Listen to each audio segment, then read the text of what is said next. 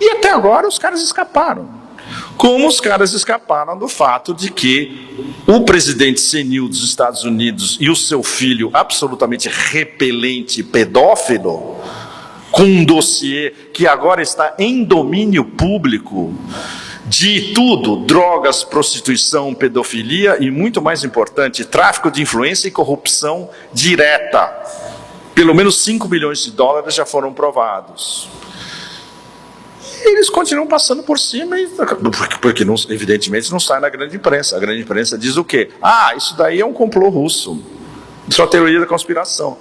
Ou seja, o fato de cada vez mais eles conseguem escapar de todos os absurdos que eles perpetram a nível internacional, está levando vários dos ideólogos, entre esses neocons, a, ok, então vamos lançar uma guerra nuclear preventiva, que de repente a gente ganha. Aí quando você lê o nosso amigo Andrei Martyanov, um dos maiores analistas militares do mundo, nas podcasts dele ou no blog dele, ele fala, mas claro, só esses malucos só podem pensar desse jeito porque nenhum desses caras tem a menor noção de estratégia militar, de guerra nuclear, de guerra no século XX como um todo, absolutamente nada. São agentes ideologizados seguindo uma agenda que não foi feita por eles são apenas mensageiros, muito bem pagos, mas apenas mensageiros. Os caras que decidem essa agenda são os invisíveis. Não são aqueles que vão no Bilderberg ou no Davos. São os caras que mandam os seus mensageiros para Bilderberg e Davos. É muito mais sério. E isso não é uma teoria conspiracionista, porque as decisões são tomadas em clubes fechados. A gente sabe, inclusive, onde. Harvard Club, em Nova York, exemplo. Aqueles clubes privados ingleses em St. James, exemplo. Fóruns como o Aspen Institute, mas as reuniões do Aspen privadas entre oligarcas americanos e atlanticistas, por exemplo. Reuniões extremamente privadas entre os caras invisíveis que controlam a Vanguard e os caras da BlackRock, que a gente pelo menos sabe quem é. O problema é que o principal acionista da BlackRock é a Vanguard. Você sabe quem são os acionistas da BlackRock e onde eles investem. Você não sabe nada da Vanguard porque é completamente fechado. Ou seja, eles são não transparentes. A gente sabe que são as grandes famílias tradicionais, tudo, inclusive aqueles famosos R, vocês conhecem muito bem, e vários outros. E esse é o problema. Esses caras ditam a agenda. São esses caras que vão ditar para o Klaus Schwab, que é um mero empregado deles, olha, a agenda de Davos e do Novo Mundo, do Great Reset, é essa. Pum. Aí ele vai lá, faz vários Davos sobre isso, escreve um livro, escreve outro livro, chama aquele israelense apocalíptico, gay, nada contra os gays, por sinal, mas um israelense apocalíptico e eugenicista, o Hariri, o Yuval Hariri, que é uma espécie de eminência parda do Great Reset e do Klaus Schwab. Ele trabalha junto do Klaus Schwab. E do reizinho Charles, também faz parte do Great Reset. Esses caras são os mensageiros escolhidos para difundir esse Great Reset, que seria uma reorganização do mundo em benefício do 0,001% e tratando o resto do planeta como um bando de escravos, basicamente. E se você não se adapta, você vai ser cancelado. A cultura do cancelamento, já em vigor há anos, é um ensaio para o que pode acontecer depois. Então, quando a gente vê esses personagens ocultos ditando uma agenda explícita, no caso, o que é muito mais perigoso, a gente sabe que a agenda é explícita, a gente sabe identificar o que eles querem, mas a gente não sabe exatamente de onde vem. A gente só conhece os mensageiros.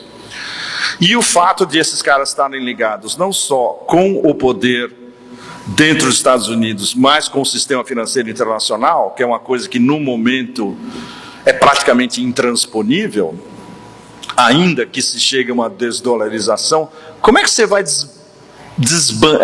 desmontar por dentro BlackRock, Vanguard, JP Morgan, esses atores financeiros de ponta? Ninguém sabe ainda como isso. Você pode perguntar para os melhores caras, o Nouriel Roubini, por exemplo, ninguém tem uma receita sobre isso. E os idealistas, como o Michael Hudson, que são geniais para mostrar o background de toda essa história de oligarquia rentista e de neoliberalismo. O Michael Hudson prova que isso começou há 2.500 anos na Grécia e depois no Império Romano, 2.000 anos atrás. Eles são otimistas dizendo o futuro possível, o outro mundo é possível, como eles definem, seria um socialismo egalitário, que a gente sabe que não vai rolar. O máximo que poderia rolar é o sistema chinês, que é um socialismo com características chinesas, que pode ser extremamente restritivo e de catalogação do indivíduo de uma maneira onde as suas liberdades individuais ficam num patamar extremamente dúbio, e ao mesmo tempo é um sistema que respeita a base, os grassroots. Tem muitas decisões que, quando elas chegam no Politburo, elas foram decididas e começaram a nível prefeitural, regional, de comissários de partido regionais, aí vai subindo e termina chegando lá em cima e são adotadas depois, porque o sistema chinês, pelo menos, é um sistema meritocrático. Por quê? Porque eles são confucionistas.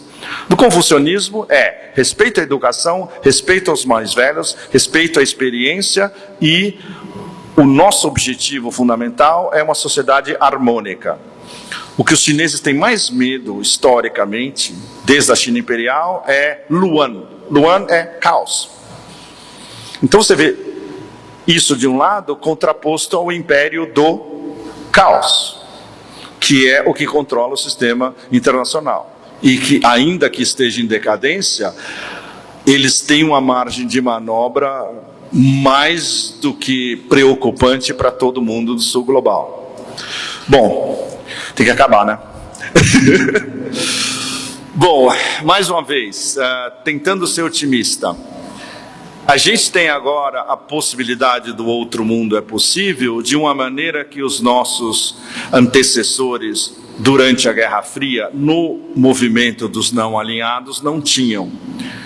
O Império destruiu o movimento dos não alinhados por dentro nos anos 60 e nos anos 70, porque eles controlavam absolutamente tudo, a realidade inteira, digamos. Agora não, agora tem todas essas organizações, esses acrônimos de organizações internacionais que estão se expandindo, tem atores no sul global fortíssimos em todos os continentes, e tem essa parceria estratégica fundamental Rússia e China, que está conduzindo a formação do mundo multipolar.